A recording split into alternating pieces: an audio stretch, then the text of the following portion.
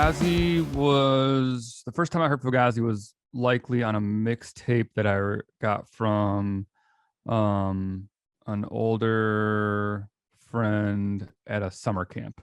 I had just been like dipping my toes into like punk rock and just kind of underground music, and he like sort of like it took me under his wing. I was like, okay, well, here's what you got to know. Like, you got to know these bands. You got to know, you know, Minor Threat, and you got to know Naked Ray Gun. You got to know Peg Boy, and you got to know Jawbreaker, and you got to know Fugazi. You know, and Fugazi, like that was probably that was probably like I guess like early 90s, like 91, 92, which would have been shortly after their 13 songs came out.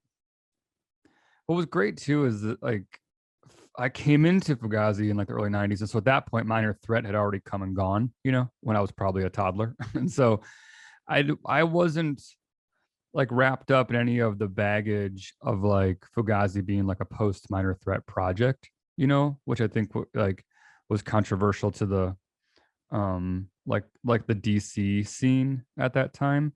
And so I just came into both bands almost simultaneously, and I appreciated both bands for different reasons. And I ended up playing music and starting music and doing things that were very like emulating like what Ian MacKaye was doing and what Fugazi was doing.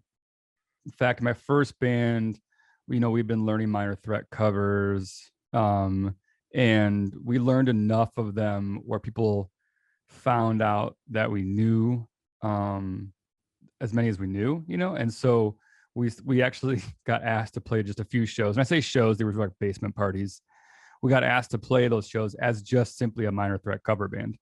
And so we kind of we had a sort of a side thing called the Stepping Stones, and we would just show up and play Minor Threat songs, like opening for some band in a basement party, which was like a lot of fun. You know, I never wanted to be in a cover band, and it was the first time like I'd played music where like a crowd like reacted intensely, right? Because you're playing some of the world's greatest punk songs, you know what I mean? So people are going off, and it was like this like amazing vibe of like, whoa, like I'm singing these songs, I'm holding the microphone, people are going nuts. Like it must be really cool to be in a real band. Yeah, some I think twice, I guess 3 times. I saw him in Chicago at the Rainbow Roller Rink, which was like a roller skating rink. That was Fugazi. They were always playing really unorthodox venues, and they found a roller rink on the north side of Chicago to play. So that was like certainly an experience. You know, it's one of those things where like, you know, wherever you grow up and you see shows, you chances are you go see bands at the same venues. And so sometimes your memories may even get like blurred or mixed up. Like, was it this band I saw, you know, at Brixton or whatever, or was it this band I saw? And in your head, it's still the stage. No one ever played this roller rink. No one played it before Fugazi that I'm aware of, and no one played it after Fugazi. You know, it was like, so my memories of Fugazi playing that show are very distinctly Fugazi. Like I don't picture another band on that stage because I never saw another band on that stage except for Shellac, who opened the show. And then I saw them a few years later. I guess it was the last time I saw them was it 97 or 98 at the Congress Theater in Chicago. They played 2 nights, and I went to both nights. Yeah, like I'm certainly guilty of just like trying to create stuff that was like in the vein and of Fugazi, to sing like Ian MacKaye, and like not just like the music itself was so just so eclectic and challenging, and it somehow like played by the rules of punk rock while at the same time breaking the rules of punk rock. You know, like their first album like had a lot of like reggae kind of vibe to it. Their later stuff was like a lot more like avant-garde, a lot of instrumentation, really angular kind of riffs. All that stuff was like just really grabbed me. And then obviously you can't talk about Fugazi without talking about the politics of Fugazi, you know, and how they managed their band, their presentation, whatever they did. Like whenever they showed up, the four of them, they did it on their own terms. You know, they called the shots, they controlled every aspect of how you were going to engage with their band. And so in that sense, their band was like a comment on capitalism and commercialism and music as a commodity. And those things were all just like just as important as the music. And so those things all hit hard with me. That's for sure.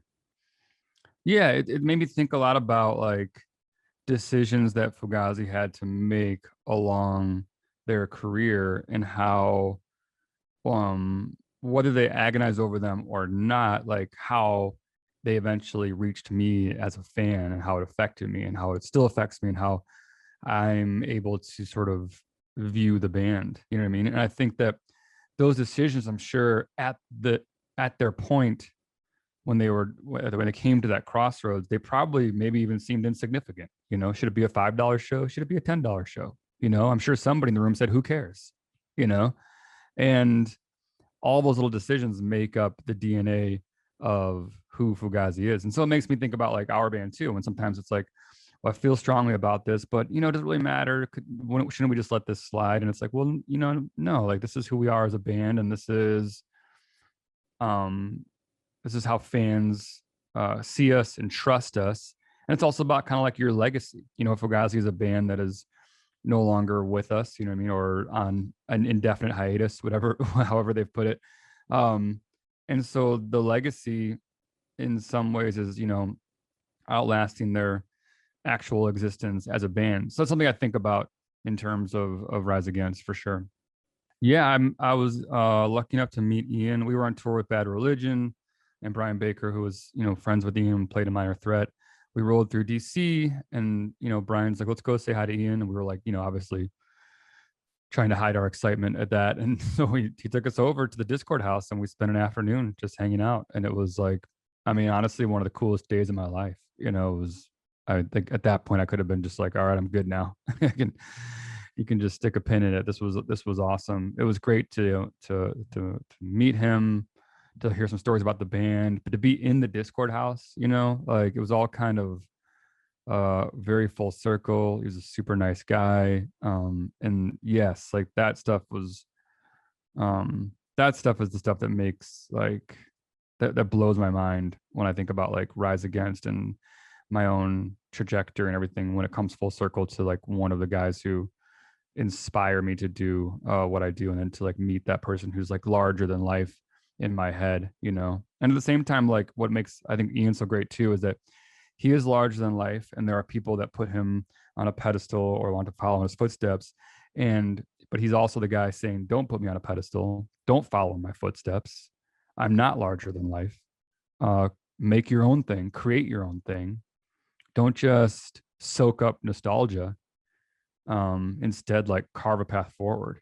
And that's something that I've also taken with Rise Against. Like, oh yeah, like don't create a band that sounds just like Fugazi. Like create a band that makes somebody feel the way Fugazi made you feel. Okay, well, I gotta say 13 songs. You know, I mean, that's kind of a masterpiece of a debut. Oh man, this is hard. And I guess I'm gonna say Repeater. Also, you know, just some incredible songs on there like Repeater and Merchandise and Blueprint.